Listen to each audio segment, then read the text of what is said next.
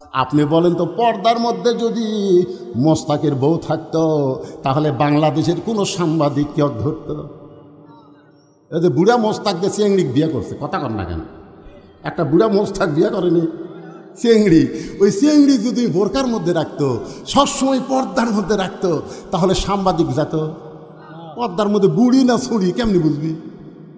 তো শালা বুড়া বয়সে বিয়ে করছে, আবার বেয়া পর্দা করিলে ঘুরতেছে, ধরা খাসে, জোরে কথা কর না কেন?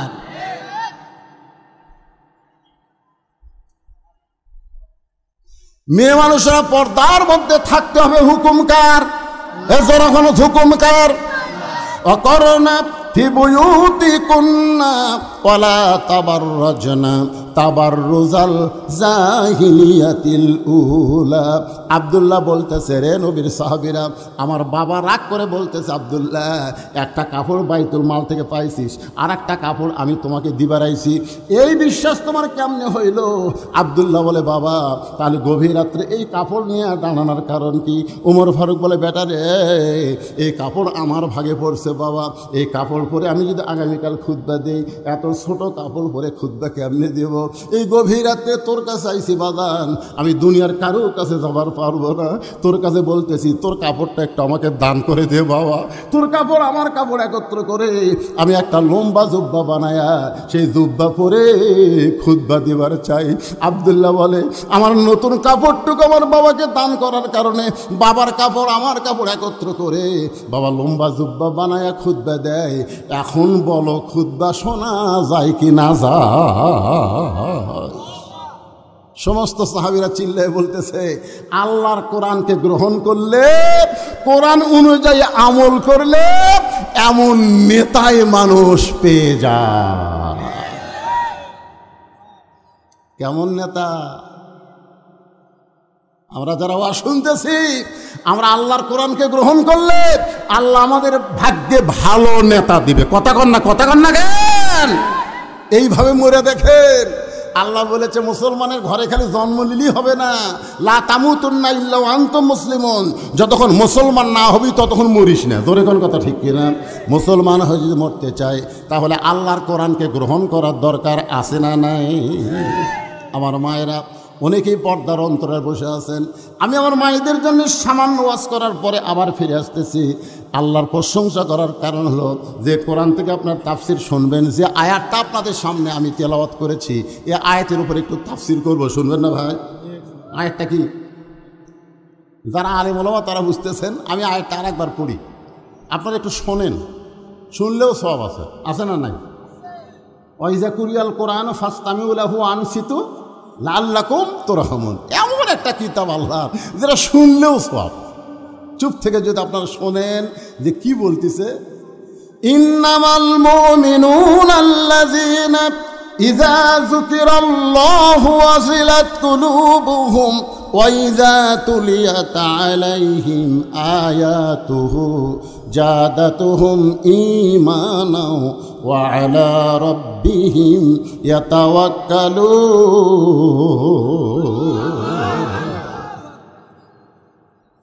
এমনভাবে ফাতেমা পর্দার মধ্যে ঢুকে গেল, এমনভাবে। আসরের নামাজ পড়ে, জোহরের নামাজ পড়ে আল্লাহ রাসূল ফাতেমার বাড়িতে গেছে।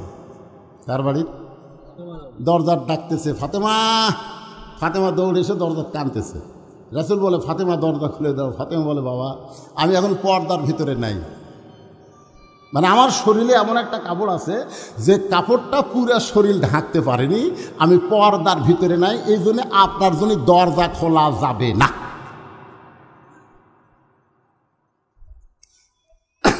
আল্লাহ রাসূল চলে গেলেন। আসরের নামাজের পরে নবীর মন আর সহ্য করতেছে না, নবী আবার ফিরে আসলেন। এসে বললেন, ফাতেমা একটু দরজা খোলো। ফাতেমা বলতেছে, বাবা আপনার কি ধৈর্য নাই? আমার পরনে এমন একটা কাপড় আছে যে উপর দিকে ঢাকপারে গেলে নিচের দিকে বার হয়, নিচে ঢাকলে উপর ঠিক মতো ঢাকে না। এইরকম অবস্থায় বাবার জন্যও দরজা খুলতে আমি শরম পাই। সঙ্গে সঙ্গে আল্লাহর নবী এক টানে গায়ের চাদর খুলে বললেন, ফাতেমা জানলার কাছে আয়। ফাতেমা যখন জানলার কাছে নবী চাদরটা দিয়ে বললেন, মা এই চাদরটা দিয়ে তোর শরীর ঢাইকা তোর বাবার জন্য দরজা খুলে দে। ফাতেমা বাবার জন্য দরজা খুলে দিল। নবী তাকায় দেখে ফাতেমা এমন একটা ঘোমটা টানছে, ফাতেমার মুখটা পর্যন্ত দেখা যায় না। রাসূল বললেন, ফাতেমা কয়েকজন ব্যক্তির কাছে পর্দা করা লাগবে না, তার মধ্যে একটা হলো তোমার বাবা। এইভাবে মুখ ঢেকে আছো, তোমার মুখটাও যে আমি দেখতে পাই না। ফাতেমা বলতেছে, বাবা আমার মুখটা দেখলে আপনার বড় কষ্ট হবে, বাবা আপনি আমার মুখটা দেখেন না। রাসূল বলে, মা তোর মুখটা না দেখলে শান্তি পাইনি, একটু দেখতে চাই। সঙ্গে সঙ্গে ফাতেমা যখন ঘোমটা একটু টান দেয়, রাসূল তাকায় দেখে ফাতেমার চোখের নিচে কালিমা পড়ে গেছে। আল্লাহ নবী বলে, ফাতেমা তোর চোখের তলে মনে হয় তুই সুরমা দিয়েছিস মা।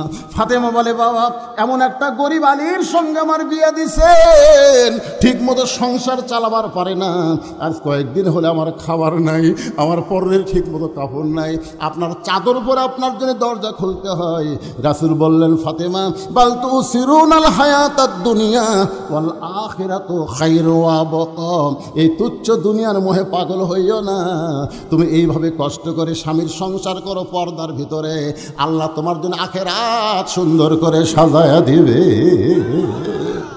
33 বার সুবহানাল্লাহ, 33 বার আলহামদুলিল্লাহ, 34 বার আল্লাহু আকবার আমল করো। দুনিয়া বেশি দিনের জন্য না, দুনিয়া ছাড়াই লাগবে। জোরে কোন কথা ঠিক কি না? আপনারা বলেন তো, ফাতেমা কি বেশি দিন দুনিয়াতে ছিলেন? খুব বেশি দিন ছিলেন না। আল্লাহ রাসূল দুনিয়া থেকে বিদায় নেওয়ার মাত্র 6 মাস। মাত্র কয় মাস? রাসূল যখন দুনিয়া থেকে চলে যাবেন তখন ফাতেমা এত কান্দে, কান্না থেকে আল্লাহ নবী বলেন, মা তুই এরকম কান্দিস কেন? ফাতেমা বলে, বাবা আপনি দুনিয়া থেকে চলে গেলে আমার কি হবে, আমার কি হবে বাবা? আল্লাহ রাসূল বলেন, তোর কানটা আমার মুখের কাছে দে। যেই কানটা মুখের কাছে দেয়, রাসূল বললেন, ফাতেমা আমি দুনিয়া থেকে বিদায় নেওয়ার পর সর্বপ্রথম আমার আত্মীয়র ভিতরে, আপনজনের ভিতরে তোর সঙ্গী আমার দেখা হবে। ফাতেমার সেই হাসি। মা আয়েশা খালি বারবার বলে যে, আল্লাহর নবী আপনাকে কি বলল? আপনি যে কান্দা কাঁদতেছিলেন কি বলল? এইটা শোনার পর আপনি হাসলেন। ফাতেমা বললেন, গোপন কথা, এটা আপনাকে বলা যাবে না। রাসূল দুনিয়া থেকে যাওয়ার 6 মাস পরে গভীর রাত্রে ফাতেমা হযরত আলীকে বুকের মধ্যে নিয়ে বলে, স্বামী গো, আল্লাহ পাক আমার দোয়া কবুল করছে। সুবহানাল্লাহ বলেন। তা আলী বলতেছে, দোয়া যদি কবুল করে তা কান্দো কেন? আপনারা বলেন তো, দোয়া কবুল হওয়া কি কান্দা না খুশি? কথা কান, খুশি না কান্দা? আলী বলতেছে, ফাতেমা কি দোয়া আল্লাহ কবুল করছে? ফাতেমা বলতেছে, আল্লাহ পর্দার মধ্যে আমার মৃত্যু দিবে, পর্দার মধ্যে আমার মৃত্যু দিবে, এই দোয়া আল্লাহ কবুল করছে। আলী কয়, পাগলি নাকি যে সারা জীবন পর্দার মধ্যে থাকছে, আল্লাহ তো তার পর্দার মধ্যেই মৃত্যু দিবে। যারা পর্দার মধ্যে বাংলাদেশও থাকে না, মরার পরে তারকে পর্দা হয়। জোরে কোন কথা ঠিক কিনা? আর তুমি সারা জীবনে পর্দার মধ্যে। আমাদের বাংলাদেশের মেয়েরা কি পর্দা থাকে? এরা মাথার চুল পর্যন্ত বেচা খায়। জোরে কোন কথা ঠিক? কথা কান না কেন? মেয়ে মানুষের কাপড় কয়টা? মরার পরে কয় কাপড়? আপনাকে সাধারণপুর কয় কাপড় দেয়? আপনারা জানেন না মেয়ে মানুষের কয় কাপড়? তো সবাই কর না একেবারে পুরুষের মতোই 3 কাপড়, আর 2 কাপড় 2 জায়গার জন্য আলাদা। একটা হলো মাথা বান, একটা হলো সিনা বান। আমার কথা বুঝলেন? মেয়ে মানুষের 2টা জিনিস মানুষের খুব লোভ ধরে, একটা হলো বুক আর একটা হলো মাথার চুল। আর সেই চুল এরা বেচা খায়। আছে না নাই? মেয়ে মানুষের যে চুল বেচা, আপনারা জানেন? আপনার বউ যে চুল বেচা খায়, আপনি জানেন? তারপরে খাটনি 5 কাপড় দিয়ে থুয়ে আবার খাটনি চাদর দিয়ে ঢাকছে। সবাই বলতেছে মেয়ে মানুষ মরে গেলে লাশ দেখা জায়েজ নাই। কে রে, মরা লাশ দেখা জায়েজ নাই না জেতা দেখা জায়েজ নাই? আপনারা বলেন তো, মেয়ে মানুষের জেতা দেখা জায়েজ নাই না মরা দেখা জায়েজ নাই? তো দেখ, জেতা দেখা জায়েজ নাই ফতোয়া কেউ দেয় না। 5 কাপড় দেওয়ার পরে আবার খাটনি ঢাকাতে হচ্ছে চাদর দিয়ে। ফেরেশতা এসে ঘুরতেছে আর বলতেছে, আল্লাহ এই মেয়ে যখন বাঁচে আইছিল সাধারণপুর মধ্যপাড়ার সবাই অক্সিনে ওই ভোটার টানা ছিল। আল্লাহ, ভোটার টানা ধরে করে কাঠ টানা ছিল। আমাকে লাগে এক মেয়ে মানুষ ভোটার টানা, ভাই যত মরদ মানুষ দেখে দৌড়ে দেয়, হাত ধরা খায়, ভাই ভোটটা আমাকে দেওয়াই লাগবে, হাত কাটালে বলতে ভোটটা কিন্তু আমাকে দেওয়াই লাগবে। ভাই আমি মেয়ে মানুষ দেখাই জিকে এলে প্রেম যায়, সেরকম আমি জোরে যাচ্ছি, তো আমাকে ধরবি মারছি দুঃখ। যাক স্বামী কইলাম, কে রে ভাই, তোমার বউ যদি মরে তুমি কয় কাপড় দিবে? তাই হুজুর আমার বউ ভোটরটা আছে, আপনি মরার কথা বলতেছেন। আরে পাগলা, একদিন তো মরবি, কি কোন একদিন মরবি না? তো মরে গেলে কয় কাপড় দিবে? তো মেয়ে মানুষকে সবাই 5 কাপড় দেয়, আর বউকে 5 কাপড় দেবো। আমি গেলে 5 কাপড় মরার পরে দিবে। এখন যে জাত তার হাত ধরতেছে আর ভোট চাচ্ছে, 5 কাপড়কে 5 কোটি কাপড় দিলেও তোর কাম হবি না। কথা কন না কেন ভাই, কথা কন। ফেরেশতারা বলতেছে আল্লাহ 5 কাপড় দিয়ে, আবার লাশটাও চাদর দিয়ে ঢাকা রাখছে। এই মেয়েটা মাজরা মধ্যপাড়ার সবাই চেনে, প্রত্যেক বাড়ির সবাই চেনে। মরার পরে এমন পর্দা করার কারণ কি? আল্লাহ বলতেছে ওই দেশের নাম বাংলাদেশ রে, ওই দেশের মেয়েরা বাঁচলে না মানলেও মরার পরে পর্দা করে রে। আপনারা বলেন তো, মেয়ে মানুষ মরার পরে পর্দা না জীবিত অবস্থায় পর্দা? আমার মায়েরা যারা ওয়াজ শুনতেছেন, মা মরার পরে 5 কাপড়কে 50 কাপড় দেওয়া কাম হবে না, যেত অবস্থায় যদি পর্দা না করেন। আর এই পর্দাটা করা লাগবে কখন? দাদি না লাতনি? আমাকে এলাকাত কোনটা বেশি করে? দাদি না করে না বেশি? দাদি কয় মরা লাগবি ভাই, মরা লাগবি ভাই। মানে বুড়ি হাসে ওই দিতে বোরকা গাওয়াতে, একটা বুড়াও পর্যন্ত বুড়ির দিকে তাকে না, আর সেই বুড়ি বোরকা গাও দিয়েছে। একটা যুবতীর দিকে কিন্তু একটা বুড়াও সুযোগ পেলে তাকায়। তাকায় না ভাই, তাকায় না? তাকায়, বুড়াও তাকায়। কারণ যুবতী সবার চোখতি পড়ে। 50 বছর আমের গাছের গোড়ার বেড়া দিচ্ছে। কে ভাই বেড়া কেন দিচ্ছেন? গরু ছাগল যদি খায় ভাই, সতর্ক থাকা ভালো। আপনারা বলেন তো, 50 বছর আমের গাছের দিকে গরু ছাগল ঘৃণা করে তাকাবি? আর সেরাত মারতেছে বেড়া। সবাই বলতেছে বেড়া যদি দিবার চাচ্ছে, লক লকা পাতা বাড়াছে ওর গাছ গাঁত বেড়াতে যা। আমি বলতেছি বুড়ি দাদি নানির জন্য বোরকা পরা লাগবে না, যুবতীর জন্য বোরকা পরা লাগবে। জোরে কোন কথা ঠিক কি না? আজকে আমার মায়ের একটু মনোযোগ দিয়ে শুনবেন। আলী বলে ফাতেমা, আল্লাহ তোমার দোয়া কবুল করেছে। তাহলে কান্দার কারণ কি? ফাতেমা বলে স্বামী গো, কান্দার কারণ হলো আজকে গভীর রাত্রে ফাতেমার মৃত্যু হবে। যেই কইছে গভীর রাত্রে ফাতেমার মৃত্যু হবে, গাছের গোড়া কাটলে গাছটা যেমন ঠাস করে পড়ে যায়, হযরত আলী তেমনি পড়ে গেলেন ঘরের মাজায়। মা ফাতেমা মুচকি মুচকি হাসতেছে, স্বামীর এরকম পড়া দেখে বউটা মুচকি মুচকি হাসতেছে। আপনারা বলেন তো, গভীর রাত্রে কে মারা যাবে, আলী না ফাতেমা? কথা কয় না, কে মারা যাবে? তাহলে হাসতেছে কে? ফাতেমা। আর কাঁদতেছে কে? আলী।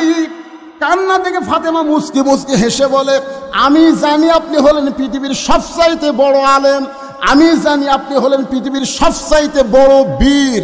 জাত সাকারাতুল মাউত হাক্কুন, যত সত্য আছে তার মধ্যে একটা সত্য হলো মরা লাগবেই। জোরে কোন কথা ঠিক কি না? আপনি যত সত্য আছে সব সত্য কিন্তু হিন্দুরা বিশ্বাস করে না, সব সত্য কিন্তু খ্রিস্টানরা বিশ্বাস করে না, কিন্তু হিন্দু বৌদ্ধ খ্রিস্টান ইহুদি সবাই বিশ্বাস করে মরা লাগবেই। কিন্তু আমাদের বাংলাদেশে কতগুলা বিশ্বাস করে না। তাহলে চাষটালে গল্প করতেছে, উমুকের ফাঁসি হলো, উমুকের ফাঁসি হলো, লব উল্টে খায়। কে রে শয়তান, তোর যে মৃত্যু হবি রে, ফাঁসির তারিখ আছে রে শয়তান, মরার কোনো তারিখ নাই। ধরে কথা কন না কেন, কথা কন না কেন?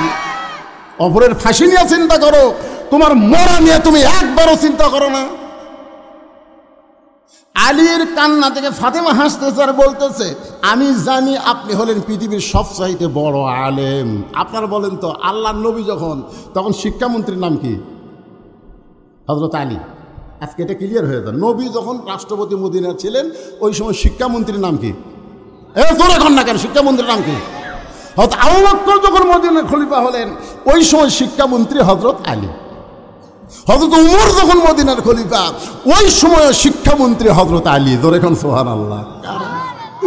এইরকম জ্ঞানী মানুষকে শিক্ষামন্ত্রী করা লাগে ভাই। আজকে আমাদের বাংলাদেশের শিক্ষামন্ত্রী কে? কে? দরকার হলে শুক্রবারও স্কুল খোলা থাকবে। জোরে কোন কথা ঠিক কিনা? শিক্ষামন্ত্রী। শিক্ষার নৈতিকতা না থাকলে আমাদের সন্তানগুলো আর মানুষের চরিত্র রাখবে না, ওদের চরিত্র হবে জানোয়ারের চরিত্র। জোরে কর কথা ঠিক না? প্রাইমারির ক্লাস শুয়ে পড়ে, ব্যাগ কান্দত নিয়ে খাড়া হয়ে পেশাব করে। আমি বললাম, কে রে বেটা, এই বসে থাকে ঘর, কোন ক্লাসে পড়িস? শুয়ে পড়িস চাচা। তো কেমনে পেশাব করা লাগে তোর স্যার তোকে শিখাইনি? ওকে চা দেখি খন প্রাইমারি পেশাবখানার যাই দেখি আমার স্যারই খাড়া হয়ে পেশাব করে, ওর স্যারই খাড়া হয়ে পেশাব করে, উনি সেই শিক্ষা গ্রহণ করতেছে। আর সেই শিক্ষার শিক্ষামন্ত্রী আজকে আমাদের বাংলাদেশের সন্তানগুলো ভবিষ্যতে কি হবে চিন্তা করার দরকার আছে না নাই? জোরে কোন আছে না নাই?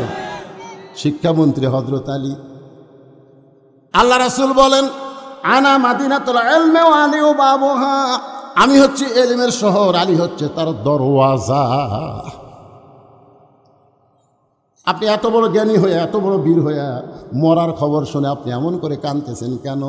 কারণ আসলে যাইতে হবে। এ কথাটা সবাই বিশ্বাস করে সুন্দর করে সুরে সুরে বলেন, যাওয়া কিন্তু লাগবে। তাহলে সবাই বলেন আসলে। আল্লাহ কারা কারা বলতেছেন আল্লাহ? আচ্ছা, এই কথা কি মিথ্যা না সত্যি? তাহলে একটু জোরে কর না কেন? আপনার কান্দের ফেরেশতারা ওরা কি মনের খবর জানে? তাই আপনি জোরে বললি তো ওরা লিখবে। আসলে কবে?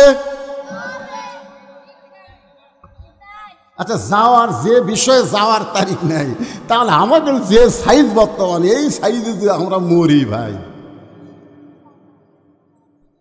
আপনি বলেন তো, কোনো বেনামাজি যদি মরে যায়, ওই কবরত যাওয়ার পরে প্রথম প্রশ্ন কি হবে? আপনারা এগুলো জানেন না? বেনামাজি মরিছে, মুনকির নাকি যা বলতেছে মান রব্বুকা, তোর রবকে। না না, বেনামাজি বেনামাজিরা পিটন খাবি ভাই। আর নামাজি যখন কবরে যাবে, মুনকির নাকির যখন বলবে মান রব্বুকা, তোমার রবকে, ওই যাক প্রশ্ন করতেছে আল্লাহ, তার চোখে ঘুম দিয়ে দিবি, ওই ঘুমের থেকে চেতনি পাবি না। মুনকির নাকির প্রশ্ন করতেছে মান রব্বুকা, তোমার রবকে, এমন সময় নামাজ খাড়া হয়ে বলবে এই মুনকির নাকির, এই দুনিয়ার কষ্টের জীবন শেষ করে কবরে তো আরামের ঘুম পাড়তেছে, কিসের প্রশ্ন রায়? তো কই ভাই আপনি কে? এটা আরামে লাশে ঘুম পাড়তেছে, আপনি কে ভাই? আমি নামাজ।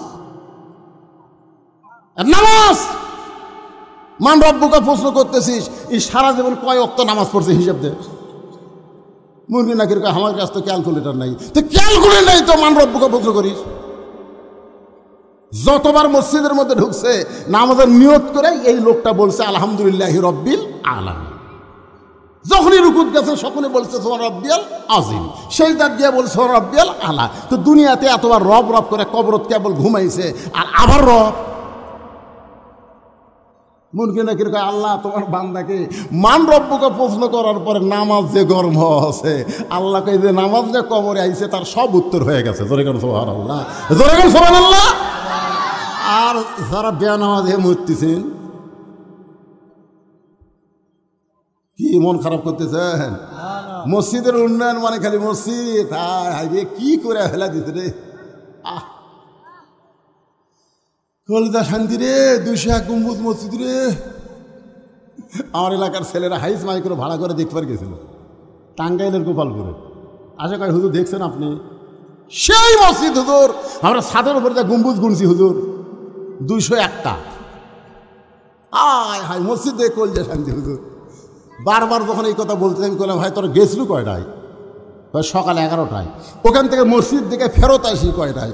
বিকাল 3টায়। তার মধ্যে যে একটা নামাজ গেল জোহরের, সে নামাজের খবর কি? তখন কয় হুজুর আমরা তো দেখবার গেছি হুজুর। সাপাত জুতের বাড়ি মারা দরকার। তোর কথা ঠিক কিনা? আপনার কোন তো মসজিদ দেখার জন্য সরকার বানাচ্ছে?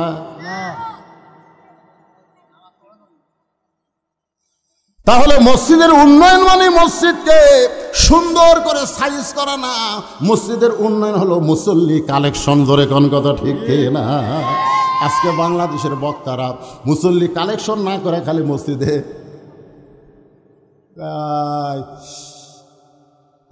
এসি করা লাগতেছে হুজুর, ফ্যান দেওয়ার হচ্ছে না।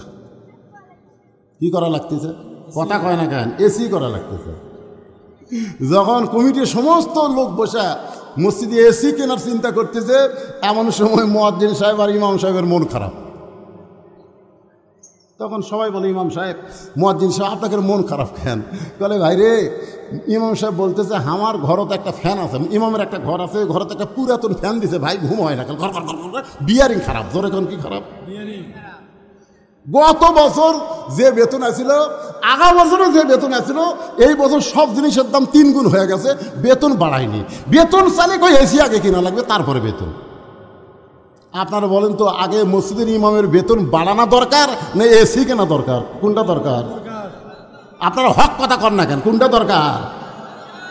আপনি তো বইয়ের গলা ধরে ঘুম পাড়েন। আসসালাতু খায়রুন নাওম কে কইরে? আজকে মুয়াজ্জিনের বেতন যদি বর্তমান বাজার মূল্যে দিবার না পারেন, যতই নামাজ পড়েন একটা নামাজও কবুল হবে না, একটা নামাজও কবুল হবে না। জানেন 5 ওয়াক্ত যে ইমাম নামাজ পড়ায়, বর্তমান বাজার মূল্যে যদি বেতন দিবার না পারেন, মসজিদ খালি এত ঢপ করে লাভ হবে না। আল্লাহ হাউড়া ভাঙ্গি পিটে তোর এখন কথা ঠিক না। ভালো ইমাম নিয়ে আসেন, ভালো খতিব নিয়ে আসেন, ভালো মুয়াজ্জিন নিয়ে আসেন। আমাকে এলাকার এক মুয়াজ্জিন আদান দিবার গেলে কুত্তে আসে লোক মাঝে, মানে যে মুয়াজ্জিন আদান ধরে কুত্তে জানলার কাছে আমি মুয়াজ্জিন আদান দেয়, কুত্তে এত গরম কেন? আমি একদিন মুয়াজ্জিনকে বললাম, কে ভাই কি? তো খুবই সমস্যা হুজুর, এ আদান দিবার আসলে কুত্তে এসে লোকমা দেয়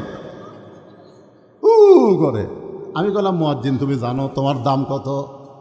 বলে, হুজুর আমার দাম কেমন? আমি তখন কোরআন থেকে একটা আয়াত তেলাওয়াত করলাম, ওয়ামান আহসানু কওলাম মিম্মান দাআ ইলাল্লাহ ওয়া আমিলা সলিহান ওয়া ক্বালা ইন্নানি মিনাল মুসলিমিন। মুয়াজ্জিন কয়, হুজুর এই আয়াতটা আল্লাহ কি আমার জন্য নাযিল করছে?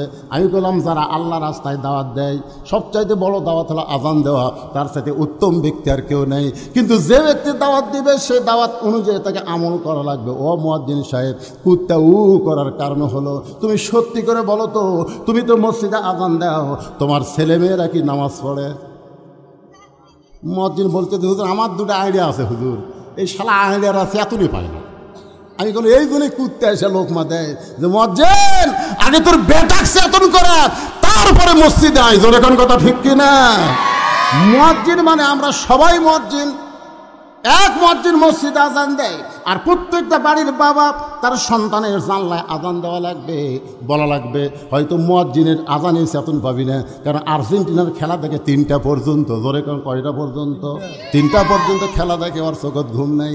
যেই মাত্র খেলা শেষ হয়ে গেছে, ওই এমন ঘুম দিছে ভাই। শীতকালে হচ্ছে খেলা, ওই খেলার সময় যখন মুয়াজ্জিন ফজর আযান দেয়, ওই আযান শুনে আপনার ছেলে বিরক্ত হয়ে ওই ল্যাপটা মাথার উপর দেয়। ল্যাপটা যখন মাথার উপর দেয়, তখন পাও তো বার হবে, ওই পাও টানে আনা বুকের সঙ্গে জ্যাপটা ধরে থাকে। আপনি বাবা জানলাতে তাকায় দেখতেছেন, ল্যাপের মধ্যে মনে হয় চাউলের বস্তা ঢাকা থোছে, মাথাও নাই, পাও নেই। আমার পাটা গেল কোথায়? 3টা পর্যন্ত হইচই করে খেলা দেখলো, আর আজানের সময় পাটা কুটি রে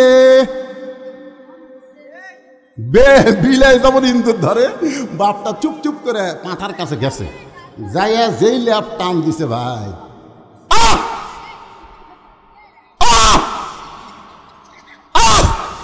বেটা চিল্লা, খাবা আপনি নামাজ পড়া বাদ দেয় আমার ঘরে ঢুকে করতেছেন কেন? করার কারণ হলো তোর সাইজ আর সকালবেলা সাইড থেকে কুত্তার সাইজ একই সাইজ রে, তোর বেটা না কুত্তার রে। আপনি বেটা কুত্তা করছেন আব্বা, শয়তান। 3টা পর্যন্ত খেলা দেখিস, মেসি কিভাবে পাস করে গোল করে ওইটা তুই কবার পারিস, নেইমার কি করে গোল করলো সেইটা কবার পারিস, আর শালার বেটা শালা মসজিদে আযান দেয়, তুই চাতন বসে গেলে ওঠ ওঠ। এই এই সুটটা গুলো বেশি পাগলা হয়ে গেছে, ভালো করে শোন।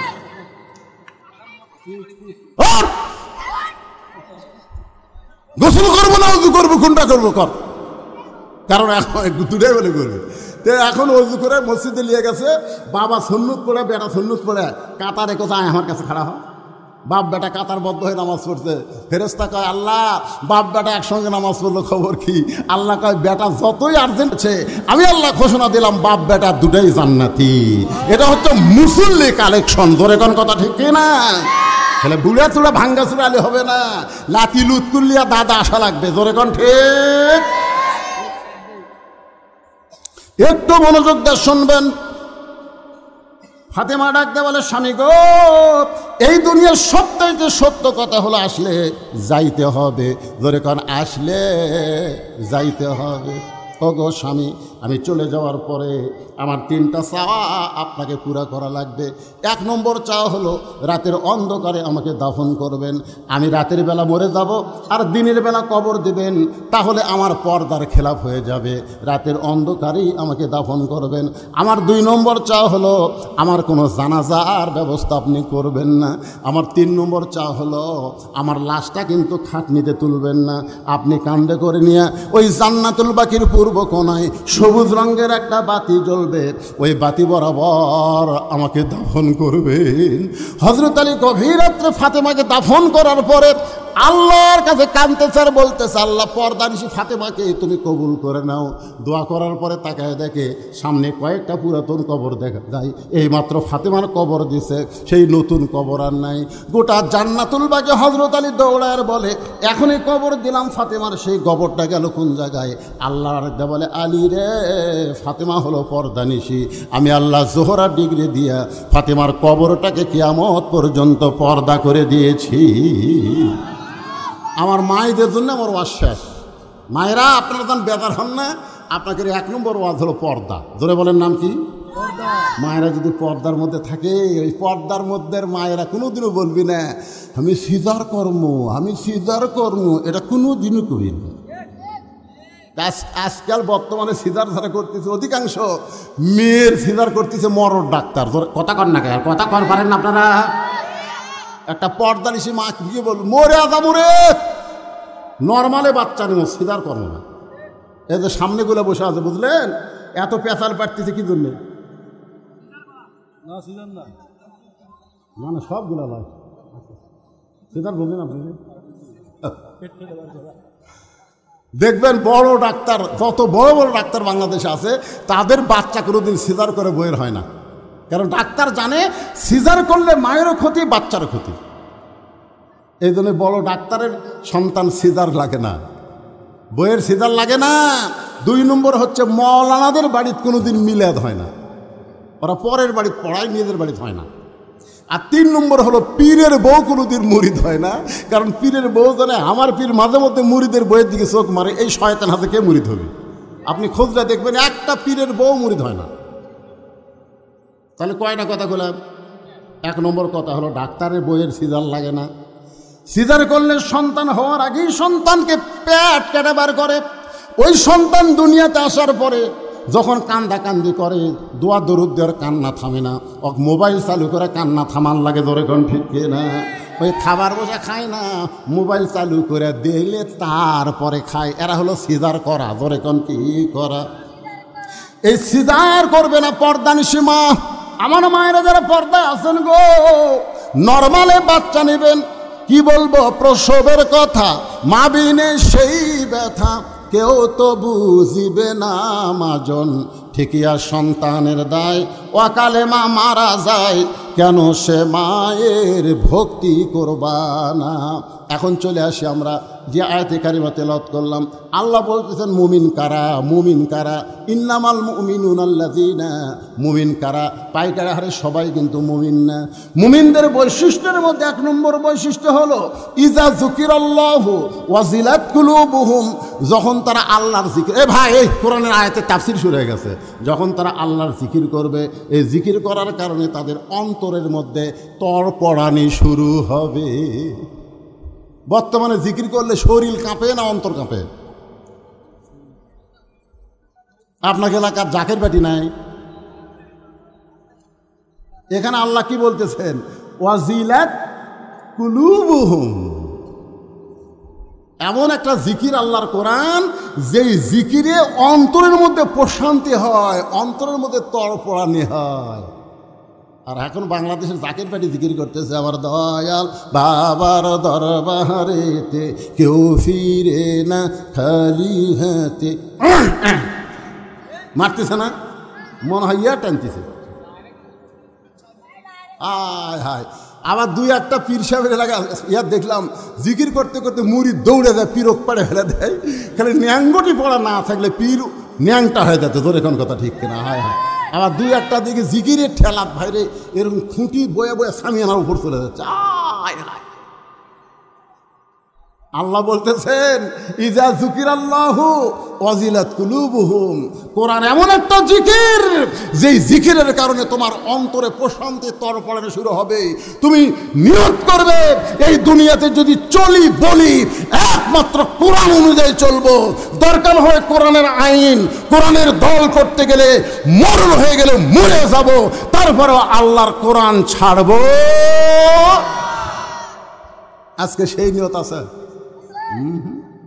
আল্লাহ রাসূল বলেছেন মান সাআলাল্লাহু তাআলা, এই হাদিসটা ভালো করে শোনেন, মান সাআলাল্লাহু তাআলা আশ-শাহাদাতা বিসিদকিন বাল্লাগাহুল্লাহু মানাজিলাশ শুহাদা ওয়া মাতা আলা ফিরাশিহি, রাওয়াহুল বুখারী কিতাবুল মাগাজি। এই কোরআনের দল কোরআনের আন্দোলন করে আর নিয়ত করে বাংলাদেশে কোনো একদিন কোরআনের আইন দিয়ে চলবে, এই নিয়তে ইসলামী আন্দোলন করে। তাদের নিয়ত আছে আজ না হোক আগামীকালে একদিন না একদিন বাংলাদেশে কলেমার পতাকা পথ পথ করে উড়বে। এই নিয়তে তারা দল করে কার? আল্লাহ বলতেছে ওই মাতা আলা ফিরাশিহি, সে যদি নিজের বিছনায়ও মরে যায়, বাল্লাগাহুল্লাহু মানাজিলাশ শুহাদা, এই কোরআনের আন্দোলন করার কারণে হাসরের ময়দানে আল্লাহ তাদেরকে শহীদদের কাতারে দাঁড় করাইয়া দিবে। ওয়াইযা তুলিয়াত আলাইহিম আয়াতুহু যাদাতুহুম ঈমানান, এই কোরআনের আলোচনা শুনলে তাদের ঈমান বেড়ে যাবে।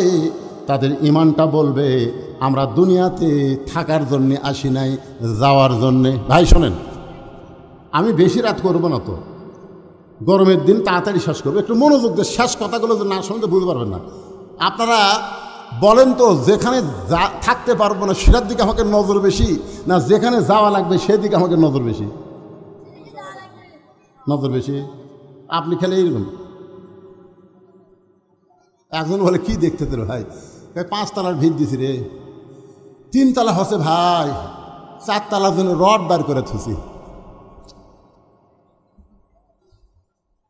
এই দিকে হয়ে দেখলে এই কান্দের ফেরেস্তা বেজার হয়, আর এই দিকে হয়ে দেখলে এই বেজার হয়।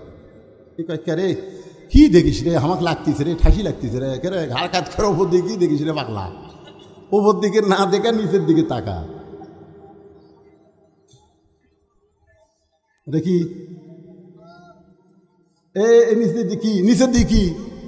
আপনার বলেন তো বাংলাদেশের দোতলা কোনোদিন কবর দেখছেন? দোতলা কবর কথা কর না কেন? দোতলা কবর পৃথিবীতে আছে। আমি শ্রেষ্ঠ 2টা গোরস্থানে বারবার গেছি, একটা হলো জান্নাতুল বাকি, একটা জান্নাতুল মাওয়া, যেখানে প্রতিদিন মানুষ মারা যাচ্ছে, দাফন হচ্ছে, তারপরেও 2 তলা 3 তলা 4 তলা করেনি। তাহলে যেখানে যাওয়ার পরে 50,000 বছর কমপক্ষে থাকা লাগবে, সেটাই 1 তলা রে, তাও নিচ তলা।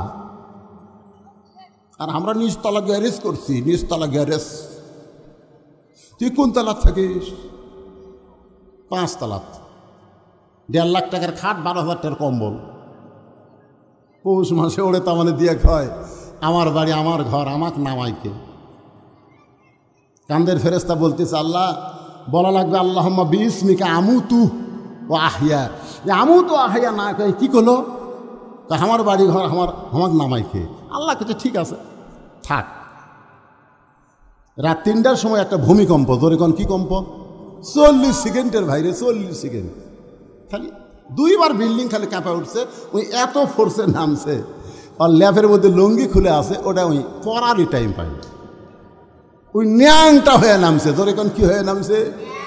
তো ফেরেশতারা বলতেছে আল্লাহ নামাইলা, তাই বলে ন্যাংটা করে নামালা। আল্লাহ তাই জনগণ যখন নামাবার পারবি না, আমার নামান হলো ন্যাংটা করে। ধরে কোন কথা ঠিক কথা কর না কেন? আপনারা কি বলতেছেন? উঠছে দেখে আল্লাহর নামাবি না, কথা কর না কেন? নামাবি না তো ইজ্জুমান তাসা অত জিল্লুমান তাসা। তুমি সিঁড়ি বয়ে না উঠতে পারো না, লিফট দিয়ে উঠো। তুমি 20 তলা যাওয়ার 40 তলা যাও, তোমাকে নামতেই হবে। জোরে কোন কথা ঠিক না? তুমি 3 তলা বানাও আর 4 তলা বানাও আর 7 তলা বানাও, তোমাকে কবরে যাওয়া লাগবেই। জোরে কোন কথা ঠিক না? এই সত্য ঘটনা বিশ্বাস আমরা করতে পারি না। যদি ওই কথা বিশ্বাস করি যে আসলে যাইতে হবে, যে কোনো সময় যাওয়া লাগবে, তাহলে আমাদের চাল চরিত্র ওই কাফের বেঈমানদের মতো হতো না, আমাদের চাল চরিত্র হলো মুসলমানের মতো। ধরে কোনো কথা ঠিক না? যাদাতুহুম ঈমানা ওয়া আলা রাব্বিহিম ইয়াতাওয়াক্কালুন। সর্ব অবস্থায় আমরা একমাত্র ভরসা করব কার উপর? বৃষ্টি হলেই যে ঝড় হবে, তাই বৃষ্টি হলেই ঝড় হবে? আপনারা বলেন তো, এর আগে কোনোদিন বৈশাখ মাসে বৃষ্টির জন্য এত দোয়া হচ্ছে?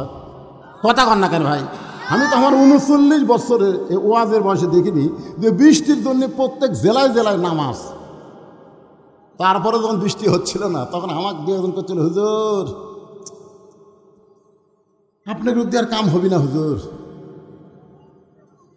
আমরা তখন আর শরমে মানুষ কিছুই করতে পারি না, গুনগুন করে আমি আরবি দিয়ে বৃষ্টির দোয়া করি।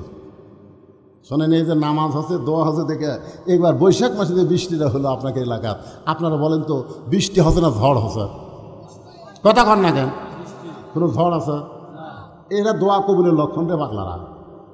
এর আগে বৈশাখ মাসে মেঘ করলে আগে বাতাস হবি, ঝড় হবি, আম ফালাবি, আমের ডাল ভাঙবি, তারপরে পাথর হবি, তারপরে বৃষ্টি হবে। জোরে কথা কন না কেন?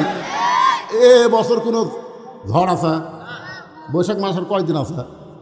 আমি মনে করেন সেদিন মহাস্থানে যে কামটা হলো, বুঝলেন, ওই বৈশাখের শেষ বৃহস্পতিবার আমি সেই রাত্রে ওয়াজ করি, আল্লাহ আজকের রাত তো মহাস্থানে সেই কাম হচ্ছে, আমি সিরাজগঞ্জে ওয়াজ করতেছি, আল্লাহ দেখ, আল্লাহ আল্লাহ তুমি গজব দেখ না আল্লাহ। হাই হাই শুনলাম কয়েক মন বলে গাঁজা খাসি রে। সুলতান বলকি মহীশ্বর পরশুরামের বিরুদ্ধে যুদ্ধ করে আল্লাহর দিন প্রতিষ্ঠা করলো, আর মহীশ্বরের পাটাগুলা যায় এখন কি করতেছে? গাঁজা খায়, গাঁজা খায়। আল্লাহ তারপর আমাদেরকে ঝড় দেয়নি, আমাদেরকে কোনো গজব দেয়নি। আজকে শুকরিয়া তান আল্লাহর ঘর মসজিদে আপনাদের কাছে রুমাল যাবে, ব্যাগ যাবে। শুকরিয়া তান যে কোনো বিপদ আপদ মুসিবত আল্লাহ দেয় না। সদকা তো তারুদ্দুল বালা, দান সদকা করলে আল্লাহ বালা মুসিবতকে দূর করে দেয়। এই জন্য আপনাদের কাছে রুমাল এবং ব্যাগ যাবে। মন খুশি করে যার যা ইচ্ছা আল্লাহর ঘরে আপনারা দান করবেন। রাজি আছেন? আপনাদের কাছে ব্যাগ গেলে, রুমাল গেলে কারা কারা একটা টাকাও দিবেন না? আছে কেন? সবাই দিবেন? মাশাআল্লাহ। তাহলে ব্যাগ পাঠিয়ে তোমরা ভিতরে যাও, আর এখানে 1000, 2000, 5000, 10,000 কেউ যতক্ষণ ব্যাগ আদায় করতে সময় লাগবে ঠিক ওই সময় পর্যন্ত আমি টেবিল আদায় করব। আর আপনারা যারা উঠবেন না 10 টাকা, 20 টাকা, 50, 100 দিবেন, আপনার কাছে ব্যাগ যাবে, ইনশাল্লাহ আপনারা দিয়ে দেবেন আল্লাহর রাস্তে। ব্যাগ আলার ভাইদেরকে বলতেছি আর দেরি করো না, ভিতরে নেমে যাও। আর আপনাদের মধ্যে কেউ যদি থাকে মসজিদ কমিটির সভাপতি, সেক্রেটারি, কেশিয়ার সদস্য, তারা যদি কয় না হুজুর আমরা ব্যাগের মধ্যে আসলে তারকে দান ব্যাগের মধ্যে মানাবেও না, আমি তাদেরকে তেজের উপরে ডাকতেছি। বেশি বিরক্ত করা যাবে না, কারণ দীর্ঘ সময় এখন বাজতেছে 12:10।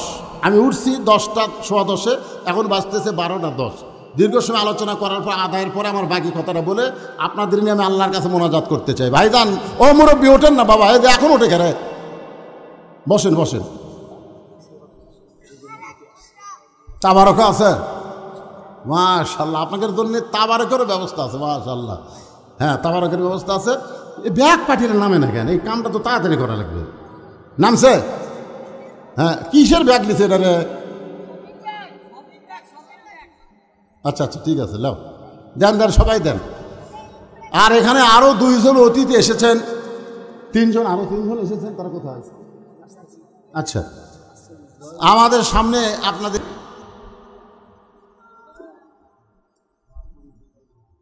আলহামদুলিল্লাহ আলহামদুলিল্লাহ নাহমাদুহু ওয়া নাস্তাঈনুহু ওয়া নাস্তাগফিরুহু ওয়া নু'মিনু বিহি ওয়া নাতাওয়াক্কালু আলাইহি ওয়া নাউযু বিল্লাহি মিন শুরুরি আনফুসিনা ওয়া মিন সাইয়্যাতি আমালিনা।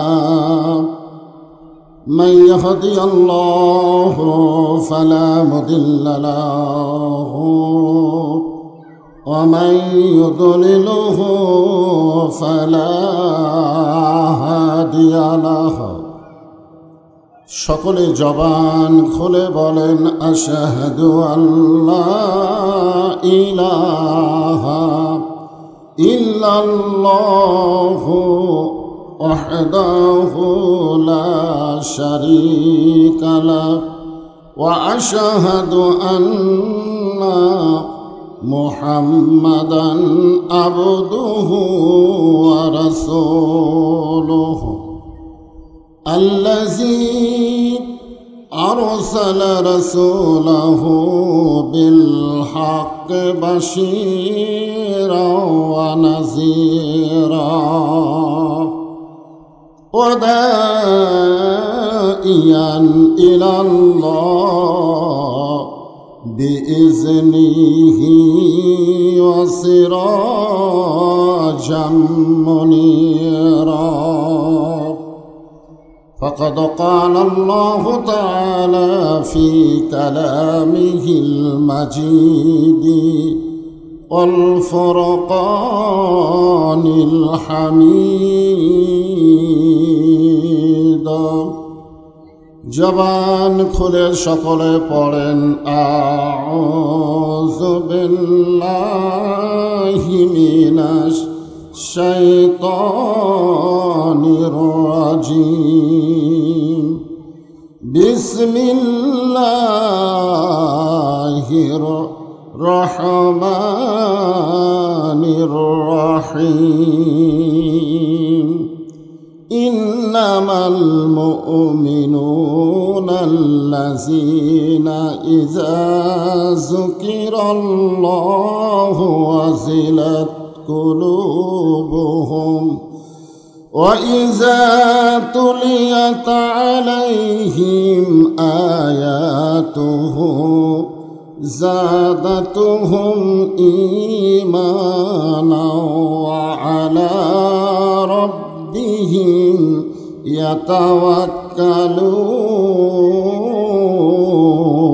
يتوكلون إن الله وملائكته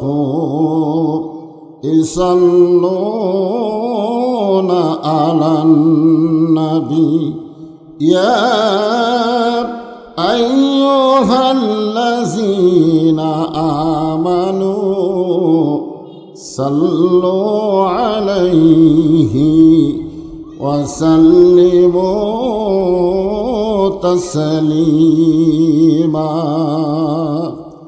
اللهم صل على محمد وعلى آل محمد كما صليت على إبراهيم وعلى آل إبراهيم إنك حميد مجيد اللهم بارك على محمد وعلى آل محمد كما باركت على إبراهيم وعلى آل إبراهيم إنك حميد مجيد مشرق حب محمد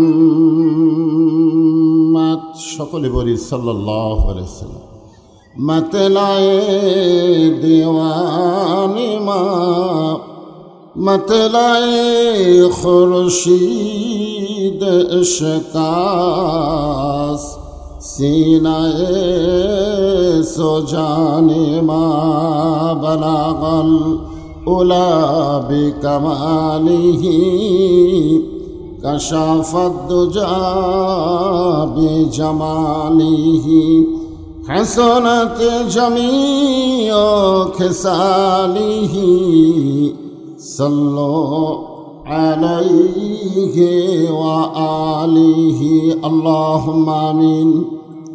জান্নাতের বাগান থেকে জান্নাতি মানুষদেরকে নিয়ে আমি গুনাহগার তোমার রহমতের দরজায় দুখানা হাত তুলেছি আল্লাহ।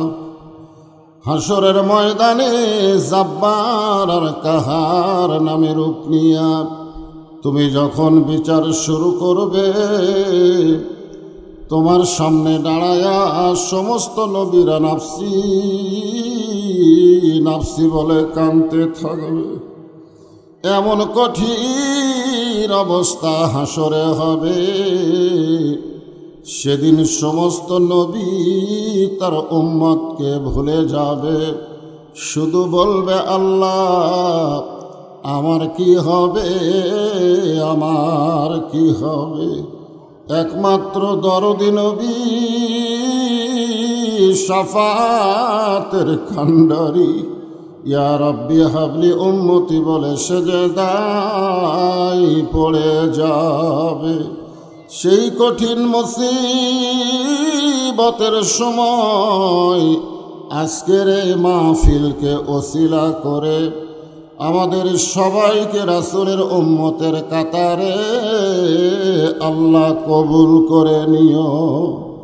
সুবহান রাব্বিকা রব্বিল ইজ্জাতি আম্মা ইয়াসিফুন ওয়া সালামুন আলাল মুরসালিন আলহামদুলিল্লাহি রাব্বিল আলামিন। লা ইলাহা ইল্লাল্লাহ।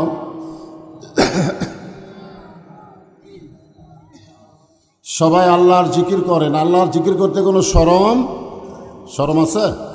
তাহলে জবান খোলে লা ইলাহা ইল্লাল্লাহ, লা ইলাহা, লা ইলাহা ইল্লাল্লাহ, লা ইলাহা ইল্লাল্লাহ, লা ইলাহা ইল্লাল্লাহ, লা ইলাহা ইল্লাল্লাহ, লা ইলাহা। চাঁদ সূরজ আর গ্রহ তারা আল্লাহ নামের পাগল পারা। চাঁদ সূরজ আর গ্রহ তারা আল্লাহ নামের পাগল পারা। আমার আল্লাহ নামের এতই দয়া, আল্লাহ নামের এতই মায়া, লুকিয়ে রাখছেন হে আল্লাহ জোরে লা ইলাহা ইল্লাল্লাহ, লা ইলাহা, লা ইলাহা ইল্লাল্লাহ, লা ইলাহা ইল্লাল্লাহ, লা ইলাহা ইল্লাল্লাহ, লা ইলাহা, লা ইলাহা ইল্লাল্লাহ মুহাম্মাদুর রাসূলুল্লাহ। রাসূলের মহব্বতে জবান খুলে সকলে বলি সাল্লাল্লাহু আলাইহি ওয়াসাল্লাম। মাজরা মধ্যপাড়া জামে মসজিদের উন্নতি কল্পে আজকের এই তাফসিরুল কোরআন মাহফিলে আল্লাহ তাআলা যিনাকে সম্মানিত সভাপতির আসনে কবুল করেছেন, আমি আমার অন্তরের অন্তঃস্থল থেকে আজকের এই মাহফিলের সম্মানিত সভাপতিকে শুভেচ্ছা জ্ঞাপন করছি। আজকের এই মাহফিলের সম্মানিত সহসভাপতি, সম্মানিত প্রধান অতিথি, গণমানুষের জননেতা, বর্তমান সংসদীয় এমপি ডাক্তার মোস্তফা আলম নান্নু সাহেব, আজকের এই মাহফিলের সম্মানিত বিশেষ অতিথিবৃন্দ, সকলকেই অন্তরের অন্তঃস্থল থেকে আমি শুভেচ্ছা জ্ঞাপন করছি।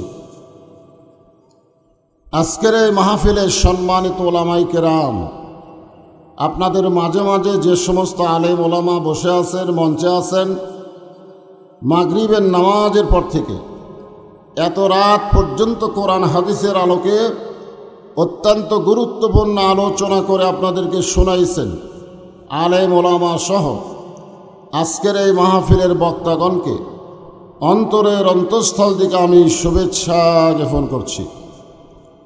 এই মুহূর্তে আমার সামনে যারা বসে আছেন जिनादेरके आल्लाह दया करे रहम करे आजकेर এই জান্নাতের বাগানে কবুল করেছেন। আমি যখন বললাম কবুল করেছেন তখন আপনাদের কিছু একটা বলা দরকার ছিল। আপনারা হয়তো মনে করতেছেন যে আপনারা এমনি এমনি আইছেন, আপনার নিজের ইচ্ছায় এখানে এসেছেন। আল্লাহ কোরআনে বলেছেন মা আসাবাকা মিন হাসানাতিন ফামিনাল্লাহ, বান্দা বান্দির দ্বারা যখন কোনো ভালো কাজ হয় এ কাজ বান্দাবান্দি করে না, বরং আল্লাহ করায়। আপনারা বলেন এই মাহফিলে বসাটা ভালো কাজ না খারাপ কাজ? তাহলে আল্লাহর কোরআন অনুযায়ী এই মাহফিলে আপনারা এসেছেন না আল্লাহ নিয়ে এসেছেন? তো যে আল্লাহ আপনাদেরকে আজকের এই জান্নাতের বাগানে আসবার মতন বসবার মতন তৌফিক দিলেন, আমি আমার অন্তরের অন্তঃস্থল থেকে আপনাদের সবাইকে শুভেচ্ছা জ্ঞাপন করছি।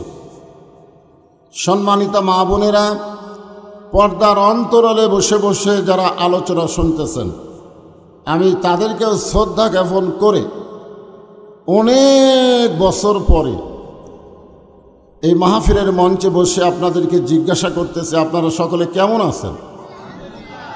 আলহামদুলিল্লাহ রব্বিল আলামিন। যে আল্লাহ শারীরিক সুস্থতা দান করে মানসিক প্রশান্তি লাভের জন্য আজকের এই কোরআন কারিমের মাহফিলে আমাদেরকে কবুল করলেন, আমরা সে আল্লাহর উপর খুশি না বেজার? তাহলে জবান খুলে সমস্বরে সকলে বলবো রব্বানা লাকাল হামদ হামদান কাসীরান তাইয়িবান মুবারাকান ফীহি।